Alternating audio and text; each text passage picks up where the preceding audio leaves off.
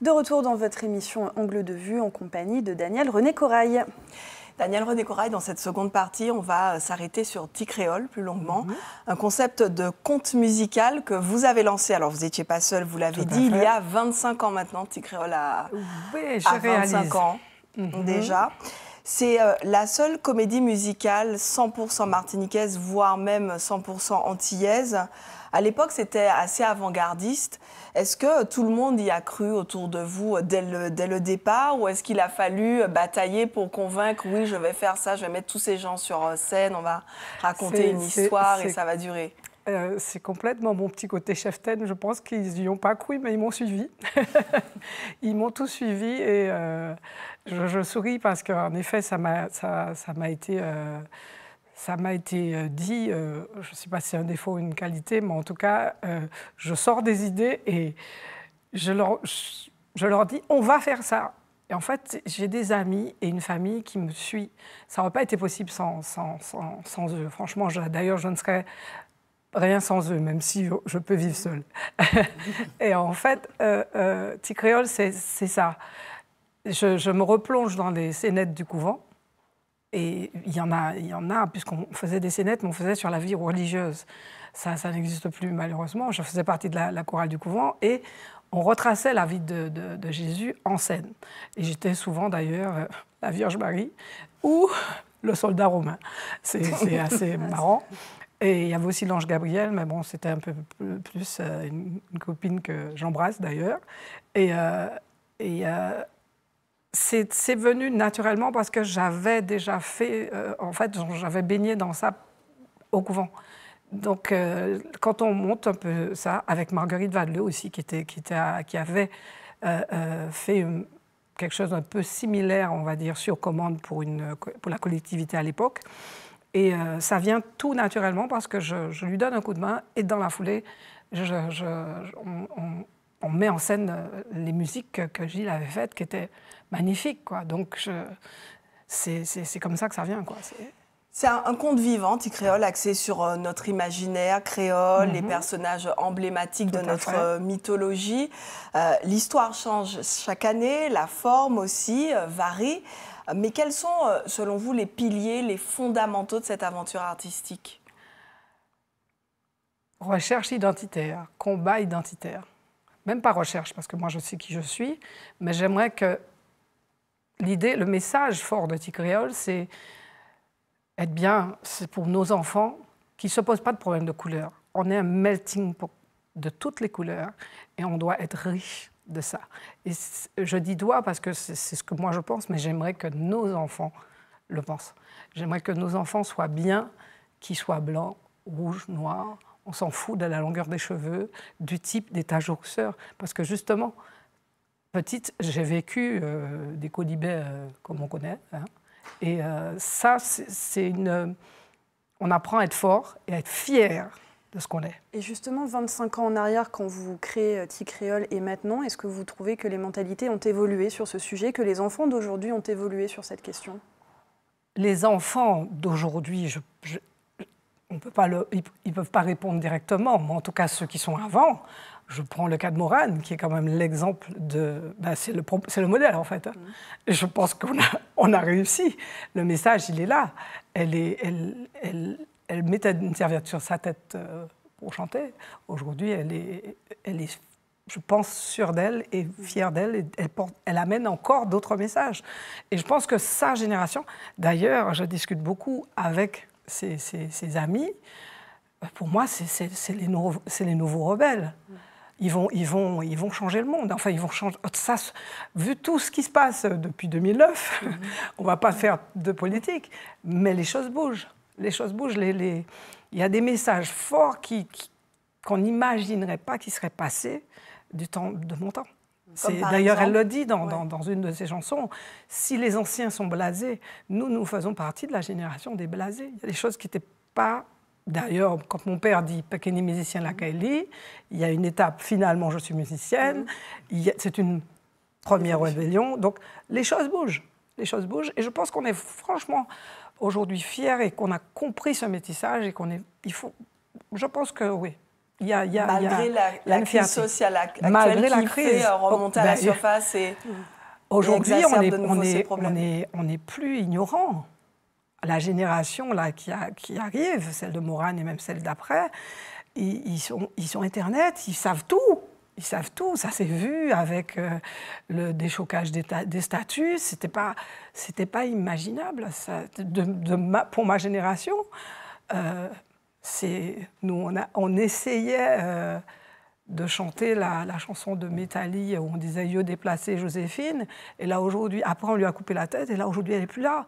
Donc, ça bouge. Ça bouge. Et ce n'est pas en contradiction justement avec votre appétence pour la chose militaire, pour l'ordre et la rigueur? Mais ça n'empêche pas. Par contre, attention, ça ne veut pas dire que je valide toute violence et tout ça. Là, je suis pas du tout. Je reste une pacifique. Justement, Ticréole est la preuve qu'on peut faire bouger les choses en chantant, en passant des choses positives. On peut faire passer des messages. Alors, c'est plus long.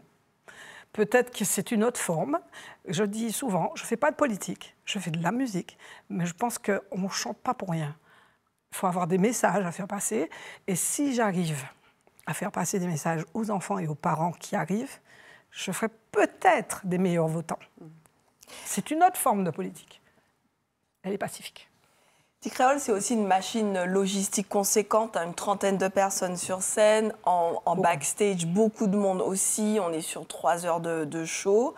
Non, un peu moins. Un peu moins, 2 heures au moins. On est plus sur 2 heures. 2 heures. Et il paraît que vous avez l'œil, vous l'avez d'ailleurs dit au début, sur absolument tout. Un œil bienveillant, a tenu à me préciser cette personne très proche. Comment vous faites pour que rien ne passe sur vous ? C'est le côté militaire aussi, peut-être ? Je suis déjà vraiment à l'origine du concept. Là, il y a l'expérience, je pense, au bout de 25 ans. Et on va dire que je note tous les postes pour ne pas oublier. C'est combien de temps de préparation, Ticréole ? On commence à pour partir moi, de quand ? c'est dès la fin de l'année scolaire, on va dire dès juin, il faut vraiment qu'on ait déjà la trame ou qu'on sache ce qu'on va faire en décembre. Et je trouve des fois même cela un peu court. Et on est déjà dans le rush, là. Alors, ce qui est intéressant aussi avec Ticréole, c'est qu'on est sur du 100% production locale. C'est un terme à la mode. Ouais. La production locale, artistes, danseurs, les costumes sont faits par votre sœur, Evelyne René-Corail, qui est styliste. Ticréole, c'est aussi quelque part une vitrine du Made in Martinique, sans l'œil bon comme ça. C'est possible. C'est montrer que c'est possible. Mais il y a plein. Il n'y a pas que Ticréole, il y a plein d'entreprises qui font de belles choses et sans l'œil bon comme ça. Il ne faut même pas parler du bon comme ça. Faut tout simplement faire de la qualité pour un public de qualité. Ce n'est pas parce qu'on fait pour les enfants qu'il faut faire... à l'arrache, genre, ça va passer. Non, au contraire. Je pense que c'est un public qui est... Les parents sont même exigeants pour leurs enfants, déjà. Et c'est un public à qui il faut servir de belles choses, justement, pour qu'ils apprennent le bien et qu'ils le défendent demain. Pourquoi est-ce que vous-même, vous ne montez plus sur scène ? Parce que je suis trop vieille pour être une fée. Il y a des vieilles fées. Comme je dis, alors ma sœur a une bonne réplique, c'est qu'il faut avoir des bons miroirs chez soi.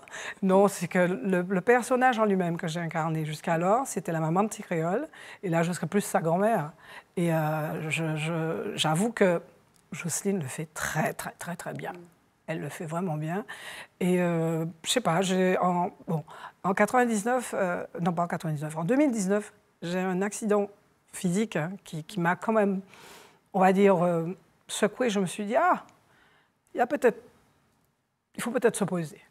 Voilà, il faut peut-être relativiser, puis voir des choses. Puis voilà, j'aime bien la vision un peu comme ça. De prendre un peu je veux peut-être y retourner. C'est pas, j'y vais si sur des petites prestations, s'il n'y a vraiment pas de dispo, j'y vais. Mais sur le show, là, lui-même, j'ai envie de faire ma jeunesse. Voilà, j'ai envie de la relève. J'ai envie de voir la relève, parce que j'ai envie à un moment, faut transmettre, faut y aller, quoi. Il y a des jeunes, il y a des talentueux. C'est une parfaite transition pour ma question suivante, parce que Ticréole, c'est aussi beaucoup une affaire de transmission. C'est ça. Entre artistes d'abord, hein, Suzy Trébeau, Jocelyne Béroir, il y a Marilyn Ampigny qui écrit, qui sont à vos côtés depuis le début. Et puis de nouveau, Morane, on va en parler juste après plus largement, mais je pense aussi à Izzy Kenanga ou encore Demoiselle 10, voilà, tout à qui fait. sera sur scène cette année. En quoi ce passage de flambeau est-il important pour vous, Daniel ? Je me dis que si mes parents ne m'avaient pas montré ce qu'il y avait de bien, ben, je n'aurais pas pu acquérir certaines choses. Donc j'ai envie de donner. Et pourquoi pas? Parce qu'en fait, on va tous partir. D'ailleurs, on est encore en train de perdre plein d'artistes. Et si on peut donner, ça ne nous coûte absolument rien. Par affinité J'avoue que je regarde un peu ce qui se passe dans mon paysage musical, tout simplement. Je vais les voir chanter, je fais des rencontres. En fait, quand j'ai décidé de me retirer de la scène, j'ai vraiment prospecté, quoi, de la scène de Ticréole, je parle. Donc, il y a eu Kélia Paulin, il y a eu Jessie Bilon, il y a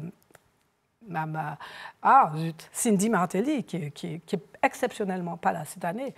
Donc, il y a des choses et on a trop tendance à dire « la jeunesse ne fait rien ». Allons montrer la jeunesse qui fait, parce qu'il y en a. On va aussi parler de votre public. Les enfants d'il y a 25 ans ne sont plus ceux d'aujourd'hui. Comment ce public a-t-il évolué? Et est-ce que l'histoire leur parle toujours?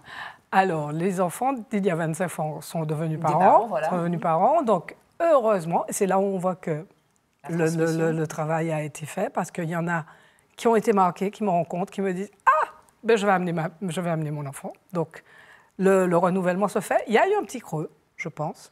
Et on est au moment où tout va redécoller, justement, avec cette nouvelle génération. Et c'est pour ça aussi que je suis sortie de scène. Parce qu'il faut du neuf, il faut du renouvellement, il faut comment on dit ça? Mise à jour. Il faut actualiser. Voilà. Donc, il faut être à l'air du temps. Et ce public, il est étonnamment présent, et je le remercie d'ailleurs, parce que ça fait 25 ans, en effet, et on va y être encore. Et je pense qu'on va avoir 3 belles salles cette année. Je suis convaincue, je le sens bien.